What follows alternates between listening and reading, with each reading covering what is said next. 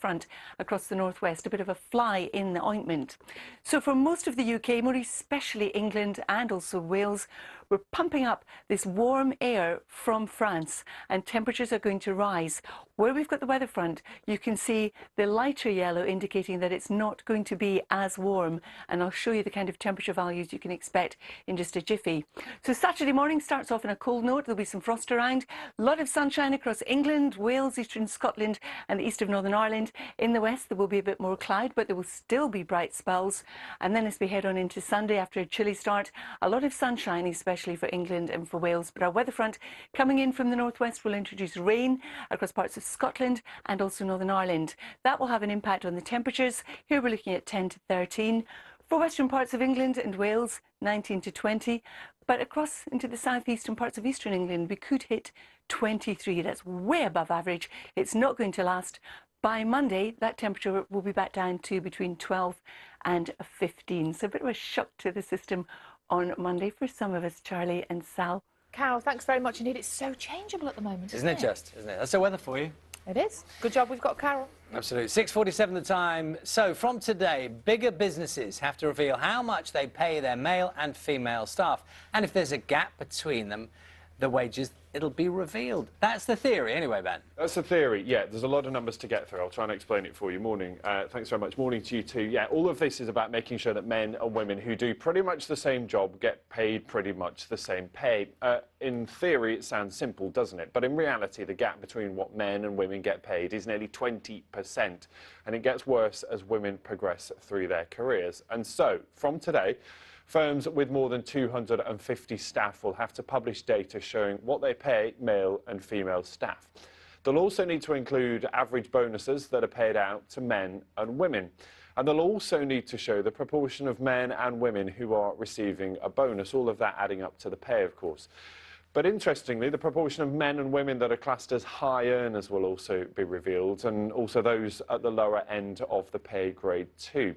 So will it work? What difference could it make? Well, with me now is Francke from the Chartered Management Institute. Anne, good morning. Good morning, Ben. So I suppose welcome news. This is what many people have been calling for a long time, to get some transparency over what people are paid. Is it enough? Will it work? Well, I think it's a great start because transparency and targets are what work to close the gap.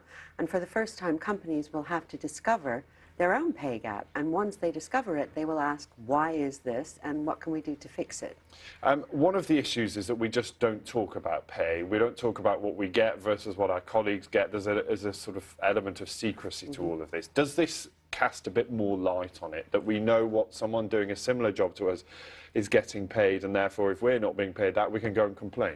Well, I think that's part of it. I think the other thing is, at a company level, it will also force companies to discover what I call their glass pyramid. And what this is, as you said, they'll have many more women in the lower level jobs and many fewer women in the top level positions. And the higher up you go, the bigger that pay gap will be between men and women. So companies will look at that and say, what can I do to pull women up through the executive pipeline? Is this just about filling those quotas, though, of saying, look, we need more women in the top jobs? Because we know already it's very difficult if women have had time off to have families, they've been out of the workforce, then getting back in and progressing their pay through their career is one of the big sticking points.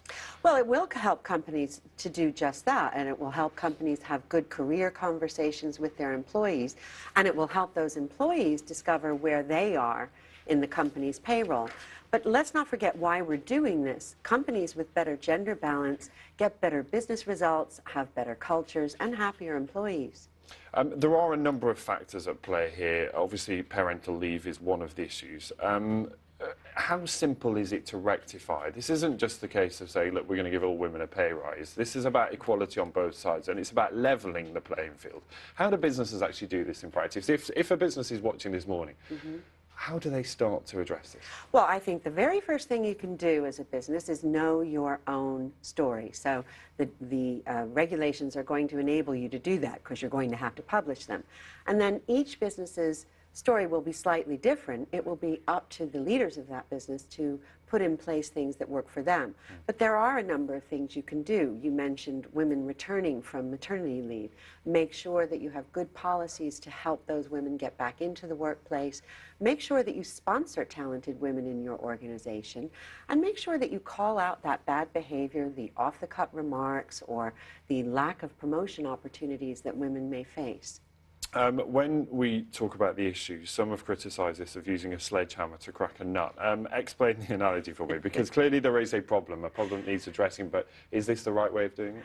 I think this is a very good step. And firstly, I would say, yes, it may be cracking a nut, but it's a mighty big nut, right? This nut's been around a long time. We've been measuring this pay gap for 40 years. It has not gotten significantly better, so we do need help to do this. And this is a voluntary measure. And actually, businesses respond better to things that are voluntary. They can set their own targets. Nobody's saying you have to have X number of women. They're saying, know what your situation is, and then put your own action plan in place. We'll have you back in 12 months to see whether any of this has made any difference. And it's really good to see you, Anne Francke there from the Chartered Management Institute. More from me after 7 o'clock. I'll see you then. Ben, thank you very much. We'll see you then.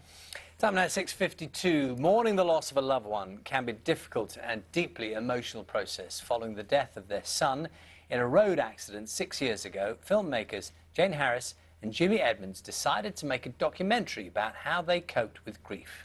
The film, A Love That Never Dies, follows the pair on a road trip across America as they meet other bereaved families coming to terms with life after death.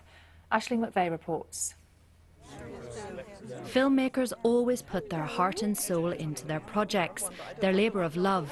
Nice to see you. Oh, you're right. But for Jimmy and Jane, this film is deeply personal because it's about them, and much more than that, it's about their loss. We've travelled down the Ho Chi Minh Highway to the place